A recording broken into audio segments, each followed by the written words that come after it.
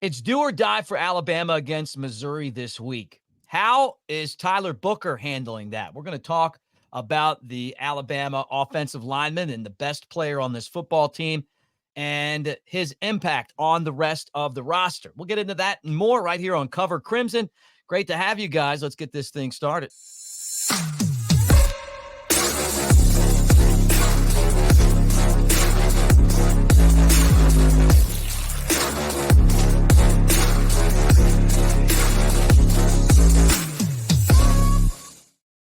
All right, that's Clint Lamb. I'm Mick Gillispie. Great to see you guys here today, brought to you by mybookie.ag. And Clint, let's get right into this. Alabama has to have someone step up and get that fire going again. And you look to your leaders in a situation like this. Yeah, I mean, it's really important for guys to hold other guys accountable, and then from a coaching standpoint, you want that. You want your coaches holding the players accountable. You want the players holding the coaches accountable to an extent. But every bit as important is making sure that teammates are holding each other accountable. Your best teams are the ones that are really player led, where with the locker room and stuff, if guys aren't handling things correctly, not going about their business the right way, people will hold them accountable and force them to make the necessary changes. And I think that's really important when you talk about championship caliber teams, is they're always player led. Yeah, right. Well, here's a clip that I think is worth playing. Credit to Charlie Potter and Bama Online. And this is Jamarcus Shepard, the Crimson Tide wide receiver coach, talking about Tyler Booker. And I think that it's one of those clips that really shows you exactly why this is important and where Alabama needs somebody to step up. And then more than anything else, I think I was most impressed by Booker. Booker had a fire in him this week that, he is all over every single player on his team's rear end, every single play. Getting in their face, all right, pushing the tempo, the envelope with each and one of them, and telling them, hey, this is the expectation. Okay, I'm not going to tell you this over and over again. You're going to do it the right way or get out. And I love that about our left guard. I'll tell you what, he's the best player on the football team. He's going to be the highest drafted player on the football team. He's someone that bleeds Alabama crimson and white, and we need somebody to step up right now, and it's good to know that he's decided to be that guy. It kind of makes you wonder why this hadn't happened sooner.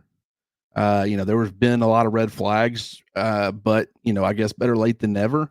And you still got to see it translate, right? We talk about how important this stuff is, and it absolutely is. But you've got to start seeing some of this stuff translate to Saturdays and the preparation, guys, being on the same page, forgetting the mental errors, putting those behind them, putting the undisciplined play as far as, the tantrums and, throwing punches at the end of games, getting rid of all that stuff. And if that sort of thing happens, guys like Tyler Booker have to be willing to hold guys accountable in the moment too. Getting somebody's face in front of 100,000 people if you have to. You've heard stories about legends in the past, doing some of that stuff, dating back to the Bear Bryant era, dating back to, the Nick Saban era, that just got finished or just got wrapped up. So, yeah, I think Tyler Booker is the perfect guy because he goes about his business the right way, on an individual level. And he's an intimidating presence. He's a big guy, super strong, and he's kind of earned his keep in this Alabama locker room. So he's got a lot of respect with some of those guys. So I think Booker, and there are others, but he's certainly right there at the top. Yeah. Well, somebody needs to do it because that's the biggest question that I have about this team. And maybe that's out of character for him a little bit, but he is the best player on the team. And he's also the guy that has earned the most respect, you would figure. Right. And I feel like Jalen Milroe's taking a lot of hits right now. To me, and I'm going to stick by this, I think he's injured. I think he's trying to play through it. And it's not going so well. And that's what happens sometimes when you're not healthy. And I just know it. I can tell by watching him play. It's just not there right now. And it's been rough for him. But not everyone thinks that though, Clint, including AJ McCarron. Yeah, I think and he actually went on the what is that called? The McCready and Siskey podcast? Yes. Is that the name of it? Yeah, I've been friends with Neil for a long time, man, And and I it's a like him great a lot. podcast, man. Yeah. Would definitely go recommend checking it out if you haven't already. But AJ McCarron is a pretty regular on there, and I think he was on there. I think it was the day before yesterday. I don't think it was yesterday. I think it was Monday. But I'll go ahead and read what he said about Jalen Milroe because it's kind of generated some buzz and some conversation, and I just wanted to get your take on it. But he said it's hard because I like the kid a lot, and I think he's a good college player, but he's just not the quarterback that he wants to be. That's fine. There's many a different quarterbacks now, but when have we seen him be accurate? I've been saying from the get-go, he hasn't progressed from last year to this year in any form. Hmm.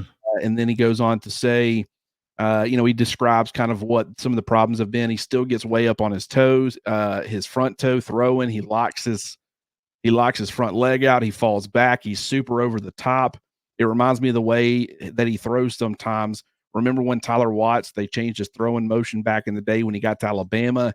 He threw way over the top. Jalen Milroe does that. Like we haven't seen Jalen Milroe be accurate. There's plenty of times. So Mhm.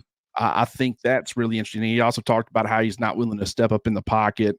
And, when he goes to escape pressure, he'll take off, he'll drift back and then go to, mostly his right. And he's 100% correct. He's a lot more comfortable drifting to his right than his left, but he goes about it the same way. And so when your tendencies are kind of all the same, when you can kind of step up in the pocket, if there's edge rushers, crashing off the end, your tackle can sometimes run them upfield a little bit. You take a step up, and either A, that creates more time to find, someone open, or it gives you a lane where you can take off and run. And that certainly would have been the case on a play that I shared on Twitter, where we ended up overthrowing Justice Haynes. Jeremy Bernard was open, vertical. We didn't go to him, even though we looked right at him. And then a lot of people have pointed out there was just wide open grass for him to run, and he didn't do that. And you just don't see him too often really stepping up and really trying to attack, unless he's kind of bailing out to the outside. So I thought that was a really interesting comment from AJ. Mm-hmm. I got to be honest with you. I mean, when I heard AJ on their podcast for the first time, I was like, okay, and then since then, I mean, I don't always agree with what he says, and I don't agree that Milroe hasn't progressed. I think Milroe has gotten better. I just think he's hurt right now, but I do think he's actually pretty good. I mean, I like a player that's not afraid to give an honest opinion. And it's hard for those guys because he may run into Milroe. Milroe might not like the fact that, he's kind of getting, talked like that about from a former quarterback at Alabama. It is a tight fraternity. But Milroe to me looked a lot better against Georgia, and something's happened between then and now. And I bet you it's some kind of an injury, probably a shoulder, but who knows, man. The running isn't there, and that stinks. And then the passing at Tennessee was the worst I've ever seen him have, and I think a lot of us feel that way. Now, the question I have for you and kind of our audience too, and you guys get in the comment section, how long do you stick with them if you're Alabama? When do you put Ty Simpson in? This quarterback room's pretty deep. Dylan Lonergan can throw the ball. He can spin it, as some of us say. And then Austin Mack's a guy that's got talent. They don't have experience, but I feel like if he's not able to go for whatever reason, whether it be health or he's in a slump, maybe you start to look at other options. Well, okay, what makes Jalen Milroe the best quarterback in Alabama's quarterback room in your mind? Well, I think it starts with experience. Okay. I think that's where it starts. I also, what does he bring to the room other than experience in your mind that no one else has? The running ability. And Bingo. That's what I've said from the beginning. When he's healthy and he's running the ball hard, he is as tough as anyone to defend, but the running hasn't been there, Clint. I mean, we talked about it on covercrimson.com. You can go in there and read Stacy Blackwood's statistics, and he is not running the ball at all right now. Zero. And it's always a very strong mix of design quarterback runs and then scrambling, and having that scrambling threat, but it makes you play him a certain way. And when he's having success, the more that you're always going to respect his legs. I don't care if he goes the rest of the season and doesn't take off once, design quarterback run or, off script, but you're always going to respect it because it's there and it can happen at any moment. But what I will say is it's kind of like Bryce Young. Bryce Young was really good at kind of lulling you to sleep. He was more dual threat than I think a lot of people gave him credit for. He just only used that to really extend plays and would keep his eyes downfield. And then against Georgia, because Alabama in that SEC championship was, so depleted at running back in that first half, he was willing to run the football. And I do not think Georgia was really anticipating it. But, you can really catch some teams off guard in that sense. But with a guy like Jalen Milroe, that's by far his biggest strength. I think the problem right now is that when he is who he currently is, where he's just sitting back in the pocket, he's doing a little bit with his legs, but he's trying to more so win from the pocket, whether that's injury related or something else. Is he the best quarterback on this team? I think when he's willing to use his legs and that element, when he brings that to the offense, he is absolutely the best quarterback on this team. And there's really not a doubt in my mind, despite the fact that I do still think that there are some limitations. But when he's not using it, you really have to start questioning that. And it's unfortunate because you don't know if it's injury related. He's a warrior if he is hurt. He's wanting to go out there and perform for his team. But if you can't get the job done, does your season just go down the drain just so you can say that you battled it out for your team? Or do you say, okay, I need to get myself right? But here's the thing. He doesn't other than just something doesn't look right. There's nothing that's super noticeable. Right. It's not like he's limping. You're right. And everybody keeps saying, he might be a little bit banged up. Everybody's dealing with something, quote unquote, but everybody says there's nothing that keeps us from thinking that he can go out there and execute the job to the best of his abilities and get the job done. And it's like, okay, we're watching two different games right now. Mm-hmm. I'm wondering why you're there with that. And I'm over here thinking, okay, something's holding him back big time. And it might not be health related. It might be mental, but either way, you've got to get him going because there's still a season to be played. And, Alabama's still not technically out of the college football playoff race. If they lose to Missouri this weekend, though, it is completely over. Yeah. The pass the one that kind of made me think he's got some kind of shoulder issue or some kind of an issue that's maybe it's some sort of a quad or maybe, just some sort of a muscle deal or a cracked rib or something's not right. It's that pass in the fourth quarter of the Tennessee game where he's got a running back out in the flats and then he throws the ball. I mean, it was like 18 feet over the guy's head, no touch on it. And I'm going, man, that's just not him. He's had issues before, but it was never that. It was holding on to the ball too long in the pocket to me. I mean, it was, I thought his deep ball accuracy was as good or better than McCarron, who was taking, giving an opinion. And some people would probably say taking a shot at him. And then his running ability is the best of any quarterback we've ever seen at Alabama.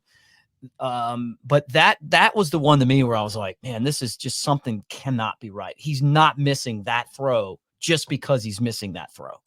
Well, here's what I'll say. I don't disagree with you. There were a lot of throws that were like that. That was probably the most blatant. But there were ones that were like way behind, Ryan Williams, where he's spinning around and trying to get to it and he can't do it. It was just a really, really bad throwing performance from Milroe on that play in particular. And I shared the play on Twitter and people can go pull it up. I didn't add any, commentary to it, but what I did do was kind of slow it down. I paused it. I wanted to point out to people that on that particular play, he's starting to his right. Primary read is Ryan Williams, who is the lone receiver to the right. He immediately, Ryan's covered, so he comes off of him. I think Kendrick Law is his second read, who's coming on a drag underneath. He's covered, so he goes to, I think, Dupree. Dupree's covered, and then he goes to Jeremy Bernard, who was open vertically. Like there was some sort of cover bust, and he's wide open. And Milroe sees him, and he sees that he's open, and it's like he sees the corner that was on Justice Haynes out in the flat. He sees that Bernard is wide open too. So kind of like Malachi Moore in some ways against South Carolina, where he tried to come off of that guy when he shouldn't have. The Tennessee defender starts trying to take off downfield to catch Jeremy Bernard. But I mean, Bernard had him beat by 7 yards. I mean, there's just no way the safety or the corner was getting to it at that point. And, it was a touchdown. Throw the football, trust your eyes. and it's a touchdown. And, he starts to throw it, but he kind of pump fakes because he sees that corner trying to recover. And it's like, I mean, that was now I think in his mind, he thought, okay, this corner's trying to recover or mask the cover bust that had just happened. So that's going to leave Justice Haynes open in the flat. But I think by the time he got to Haynes, he was kind of like, he was second guessing himself because he probably at that point knew, man, I had Jeremy Bernard, and just he ended up having a very errant throw that was not on target at all. And so I think part of that was mental, but there was a lot of other stuff where it's like clearly just the mechanics, the upper body to lower body just were not in sync at all. It was a very poor throwing performance. And I mean, I don't know if it's upper body related. I don't know if it's lower body related. I mean, if it's a rib, that could affect your throwing motion, and it could keep you from wanting to run the football a lot. Like nothing's really wrong with your legs, but you don't want to take a lot of hits. If it's something else, this upper body, that can happen too. But yeah, there's something for whether it's mental or it's physical, like he's got an injury, something is holding him back right now. And it has been very apparent the last couple of weeks. Yeah, that. And then the other thing people have asked a lot about is 20 targets to Ryan Williams. And then, of course, the tweet by Odom, hey, look, why not throw it to a 6'5" wide receiver? When Milroe's at his best, he's really spreading the ball out, even with a target like Ryan Williams. But I'll be honest, Clint, I'm just surprised that DeBoer and Nick Sheridan would have an offense that is so bad right now. Third down conversions, they're terrible. For the month, I saw Sidelines Alabama reported, that it was like they're 94th best. And for the season, they're like in the 40s. The beginning of the year, when Milroe was running and throwing the ball, when he looked healthy, dude, they were like the best in the conference. Going into that Georgia game, the reason I thought Alabama was going to win is because of third down conversion rate. What is going on, man? I mean, and that's why I'm saying it's got to be health related. Well, it's all, yeah. I mean, I think that's could be playing a part. I also think the fact that you're not winning on early downs and it's a lot of third and long situations, and like you're not putting yourself in a favorable situation. I mean, we saw last year that Jalen Milroe was actually really effective on third and longs. People have pointed out he actually had a better passer rating on third and long situations compared to third and short situations. But at the same time, I mean, that's not a sustainable model. You can't bank on that. And clearly this year, especially when you're going against South Carolina's defensive front, when you're going against Tennessee's defensive front in Neyland Stadium, a very hostile environment, allowing them to kind of pin their ears back and get after the quarterback and not have to worry about, the chance of a run because it's second and long or it's third and long. That really puts you in a situation where you're not going to have as much success in those situations. You want to have early down success where the entire playbook is open. If it's 3rd and 2, defense has no idea what you're throwing at them. So play action is going to be a lot more effective. It's essentially useless if it's 3rd and long. So, I mean, you're just not seeing enough of that either. And I think that has led to they're not converting as much in those 3rd and long situations. And it's really affecting the offense because in this particular game, they were living in 3rd and mediums to 3rd and longs, very few 3rd and short situations. Well, they've got a game against Missouri coming up on Saturday that is, look, I'll be honest, Clint, I've never bought the Missouri hype. I mean, I didn't think they were that good, and I talked about that. And when they got blown out by Texas A&M, I just kept sending to our buddy Big Elmo, because he kept telling me how good they are. Now I'm changing my mind, man. That win against Auburn, where their quarterback gets hurt and then comes back, they even Latham was like, that's a dog right there, man. You win your team over with those moments. And this is a dangerous game. It is a dangerous game. It's kind of interesting because I do think compared to expectations, like you think about Brady Cook, you think about Luther Burden, that we all knew that run game without Cody Schrader was probably going to take a little bit of a step back. But they've actually been pretty good. Nate Noel and Marcus Carroll, kind of their 1-2 punch at running back, have been pretty effective. But when you look at their passing game, what everybody thought was going to be a strength of the team, Brady Cook's got 7 touchdowns in 7 games this year, 7 passing touchdowns. I think he's also got like 4 rushing, but just 1 passing touchdown per game. Luther Burden hadn't had the kind of impact. I mean, he's had some really good moments. They're still getting him some targets. Theo Weiss They're kind of a 1A, 1B. I mean, obviously most people are going to view Burden as kind of the number one, but when you look at the targets, I mean, 50 to 52, 35 catches to 37 catches. So very similar between Burden and Weiss. But I mean, it's just, Missouri has not lived up to the hype relative to preseason expectations. And a lot of people saw that coming. But, I don't think as many people saw it coming for Alabama. But I mean, when you look at that, they've needed comebacks against Auburn. They needed against Vanderbilt. They won in overtime, and then Boston College as well. None of those are, I mean, actually Auburn's pretty bad right now, but they're a tough team though. I mean, they don't have a good win-loss record. They haven't quit. They have not quit. And they're pretty good defensively. So I mean, I get it, but then you also lose 41-10 to Texas A&M. I kind of agree with you. If South Carolina can keep things close, if South Florida can keep things close until late in the fourth quarter. Like, I don't know if anybody's been paying attention to South Florida, but they are awful right now. If those two teams and other teams can keep things close against you, I mean, anybody can if you let them. So Alabama's got to get right themselves, or anybody really can make it a game. But I will say, Missouri, while they at any point it can start to click for Brady Cook in this passing game, we just haven't seen it necessarily up to this point. Mm-hmm. And Alabama's having a tough time finding their identity. And that to me is the scariest part about this. So Coach DeBoer, and we're all still behind him. We like him. This is probably the most stress that he's ever had to deal with at a football program. I mean, you could lose 10 straight games at Washington, and I'm sure it's nothing like what you're dealing with here. You can go to Fresno State and you lose some games, and the media might not even pay attention. When you're playing in those lower levels of football, it's yeah. I mean, you might have a couple thousand people that are paying attention, right? But not like this. This is a very stressful job when your team's not playing well, and you're also replacing the greatest coach of all time in Nick Saban. And so, I mean, there's a lot of pressure there. Plus, you got, the leaders have not stepped up. And it's good to hear that Tyler Booker is, because when you say, well, how do I know? Well, I mean, look, if I watch Malachi Moore kicking the football while the official's putting it down on the ground, you guys can take up for him if you want to. That is not leadership. He's got a C on his chest. The leadership would be the guy that comes over and takes care of him. Hey, man, grab him by the back of his neck and get him off the field when the coaches tell him to leave.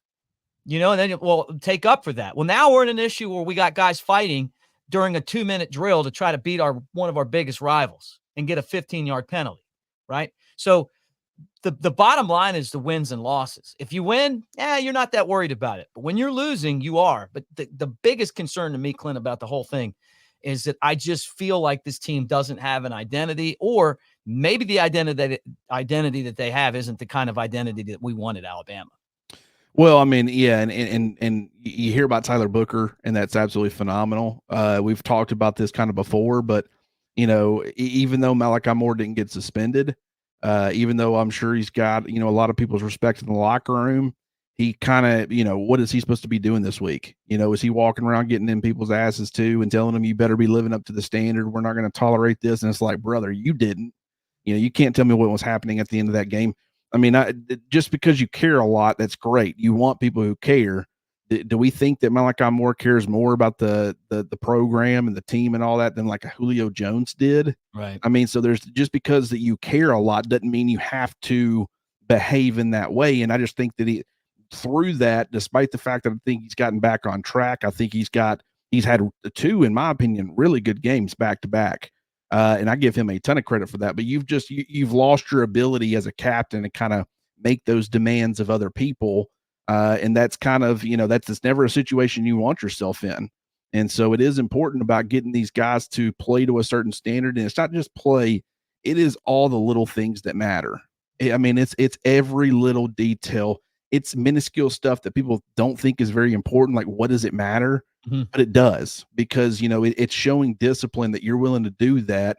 And you can be trusted in those bigger moments because you are someone that's going to take all the little details into account.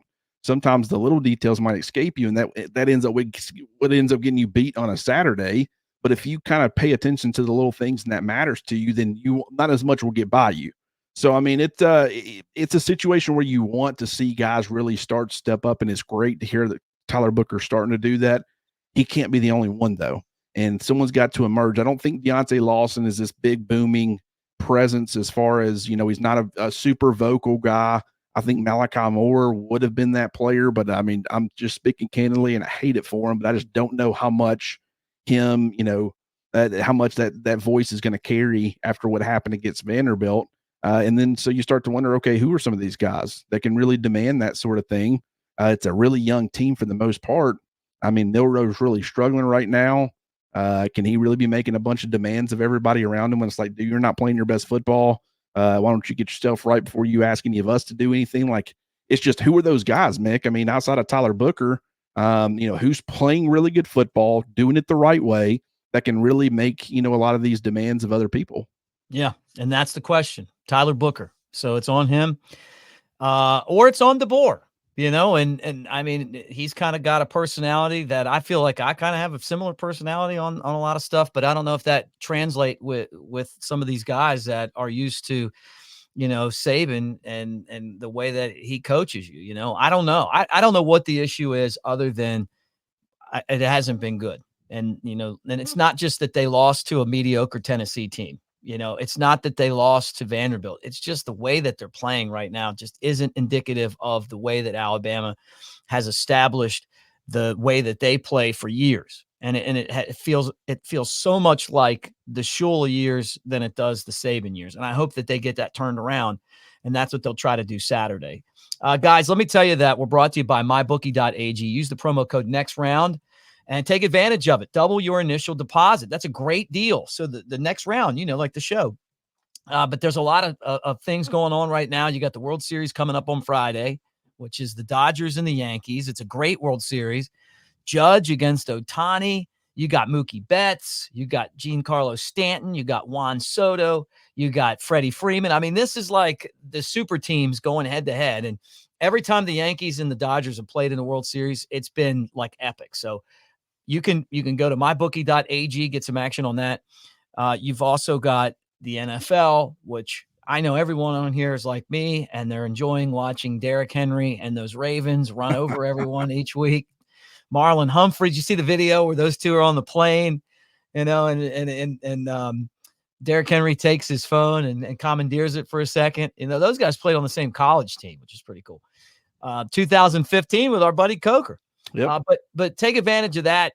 College football, hockey, all that stuff, mybookie.ag. And we're on at Cover Crimson and covercrimson.com. You got until Sunday to take advantage of the Cover Crimson $1 for the first month deal. Now, on top of that, I got one right here. You do the annual and you get one of these. You get the Cover Crimson t-shirt. So I love this thing. So soft, breathable, and it looks good too. It looks sharp. I saw you wearing one with a vest the other day. I mean, that's even kind of like that's taking it to the next level fashion wise. Like, you fashion that baby up. You guys can do the same thing at home right now at Cover Crimson by getting that covercrimson.com annual membership. You get one of those shirts. And also right here, Auburn fans, this may be a little bit confusing for you guys. And I'm not saying that as an insult. I'm just saying that asking for three things is a lot for some of you guys. But Alabama fans, you know what I'm talking about. Like, okay, that's a thumbs up. That's a roll tide.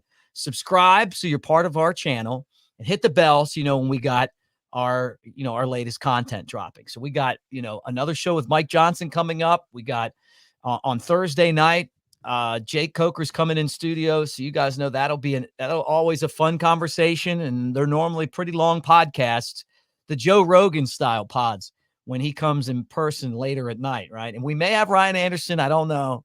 I'm hearing some rumblings that we might have Ryan with him too. But be a part of our channel, and we appreciate you guys. Clint, what do you got going on?